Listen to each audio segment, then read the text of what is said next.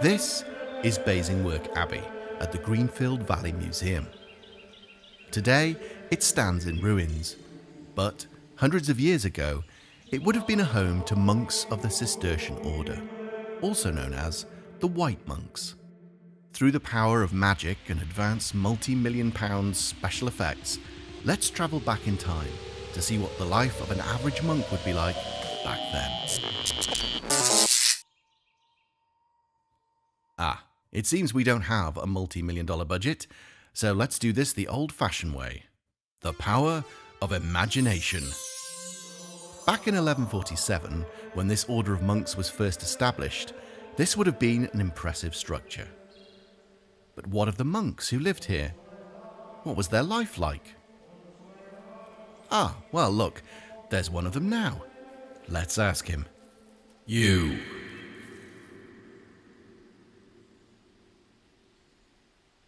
Yes, you. What's your name? I see you've taken a vow of silence. Well, we'll just have to guess then. Is it Paul? John? Matthew? James? Bert? Kanye? Well, how about we just call you Pod for now?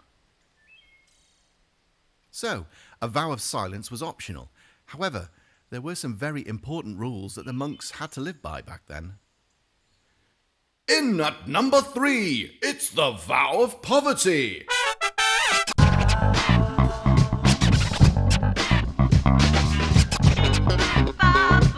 That's right, you weren't allowed money of any kind if you wanted to live as a monk. At number 2 this week we have the vow of chastity. No relationships of any kind were allowed with women.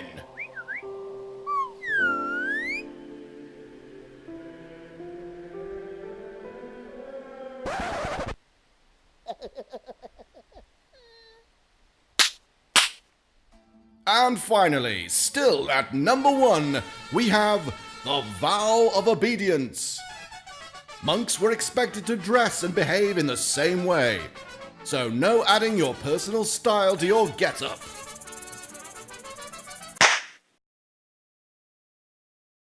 So, what was the average day in the life of a monk like? Well, it was very hard.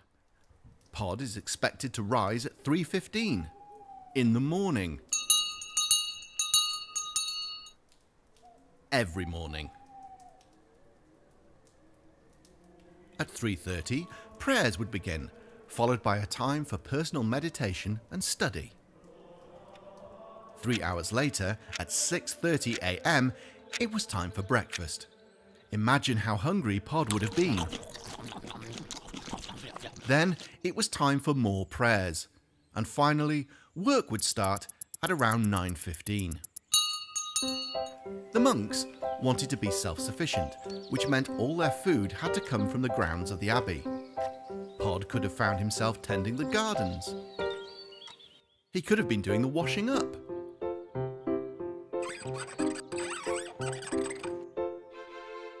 Or perhaps looking after the livestock that would have lived here. At around 12:30, Pod would have had a well-deserved lunch. But his day was far from over. Back to work, Pod.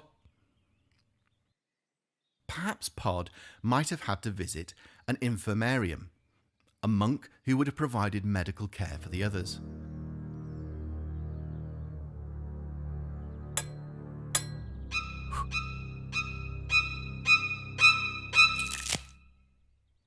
Or perhaps part of his job might have been to copy out the manuscripts of classical authors.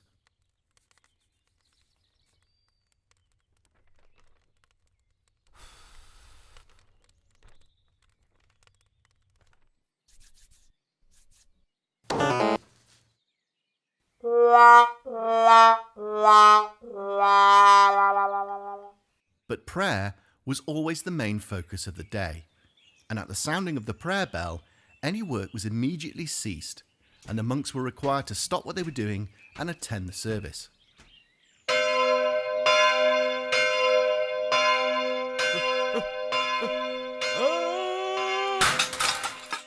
Particularly a ceremony called the Opus Dei, or Work of God, consisting of prayers, hymns, psalms and readings.